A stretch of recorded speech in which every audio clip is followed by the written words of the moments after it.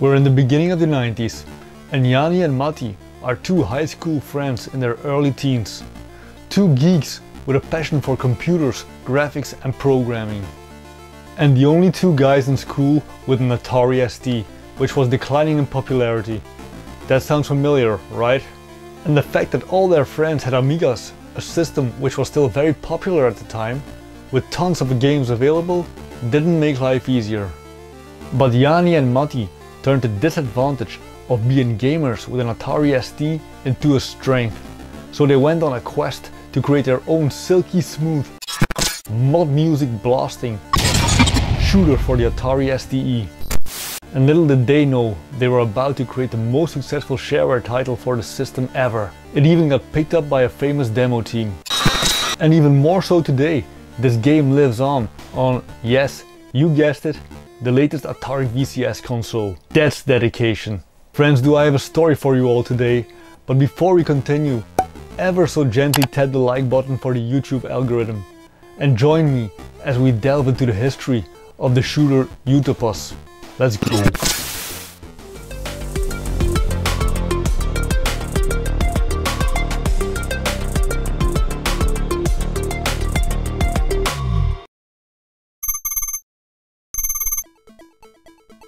In 1992, the Finnish Amiga scene was taken by surprise with the release of a little asteroid-inspired game called Turboraketti, which had players glued to the screen for months.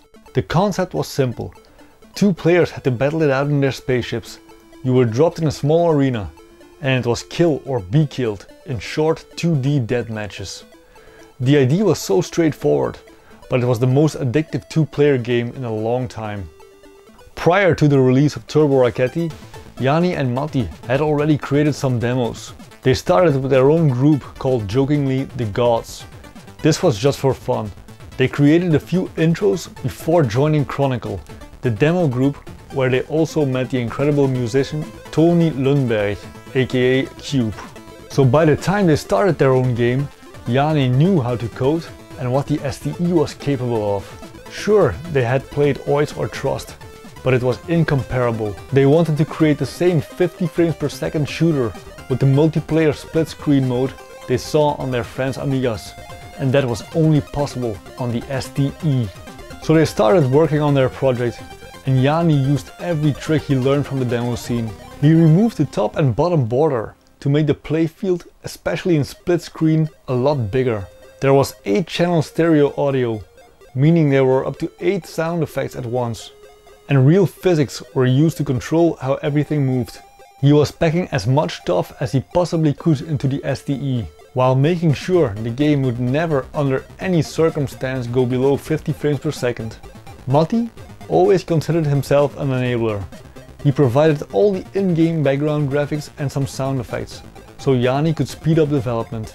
So in 1993, Utopos was released as shareware, and slowly the letters started coming in the mailbox. In the end, Jani received about 2,000 orders for the full version. He had made a system to burn the name of the customer in the fully registered version. This name was encrypted. There wasn't really any other copy protection, but this name could not be removed.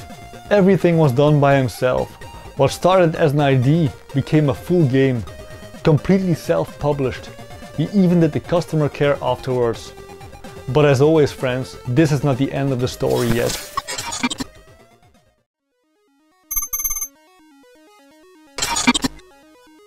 A little later, Jani sent a copy of the game to Jan Agrenius, aka Zenit, the founder and lead programmer of the Finnish demo group Aggression, who he met at a demo party.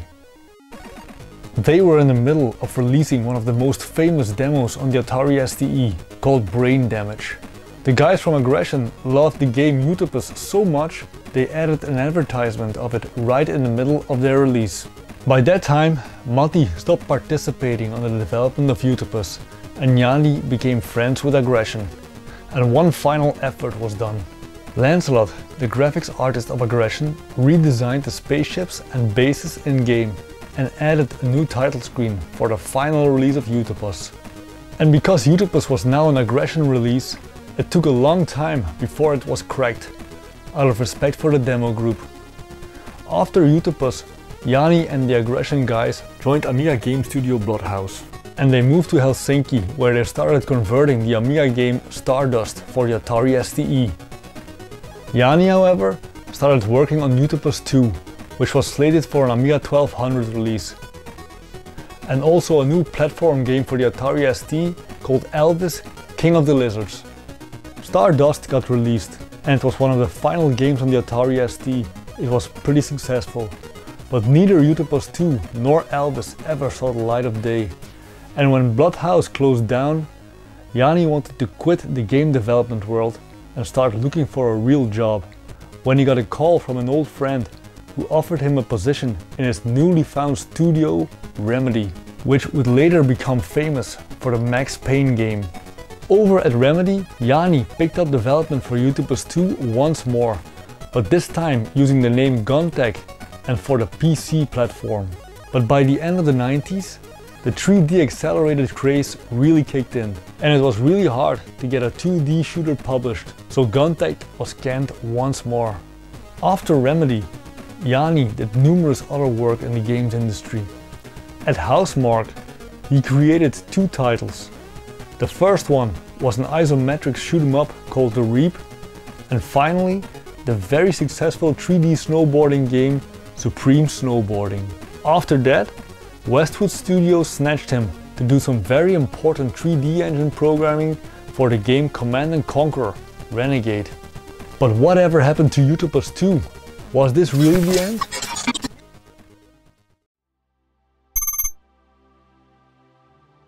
Well, no. You see, about 3 years ago, Jani got the itch again to create games. He started learning Unity by remaking a new version of his old classic. And by the summer of 2020, Guntech was released under his own new publishing company, Utopos Games, on iOS mobile devices. Guntech is a single-player shooter heavily inspired by the old Utopos that started it all. But the really cool part, while Jani was figuring out how to market the game to get more downloads, he saw an opportunity to release Guntech as a launch title on the Atari VCS, which has now been available since last December. And even though it's still a very small market, Jani is currently the best-selling developer for the system. Guntech is also available on Steam for PC, Linux and Mac, but over there it's called URG, which stands for Utopos Rocket Chip. But wait, there's even more. For the past months, Jani has been working on a true remake of Utopos, and this multiplayer arena shooter is now in early access for the VCS and on Steam. And finally, a third installment in the Utopos series is planned, but this will be more of a spaceship racing game. Oh, and every single game will also be available on the Xbox system very soon. So, how is that for a story, right? I have some very fond memories playing Utopos, especially the 2-player mode. It was something really unique. SD Format reviewed the game in issue number 57 and gave it a nice 83%, stating that these Finnish shareware programmers could certainly learn the commercial guys a thing or two. Utopos seems to run like a thread to the lives of both Jani and Matti. It started almost 30 years ago on the Atari ST, and today it reboots the same game and even on Atari system, only bigger and better. Well, that's all we have for today. I really hope you enjoy the show, and remember, stay Atari. See you next time. Bye.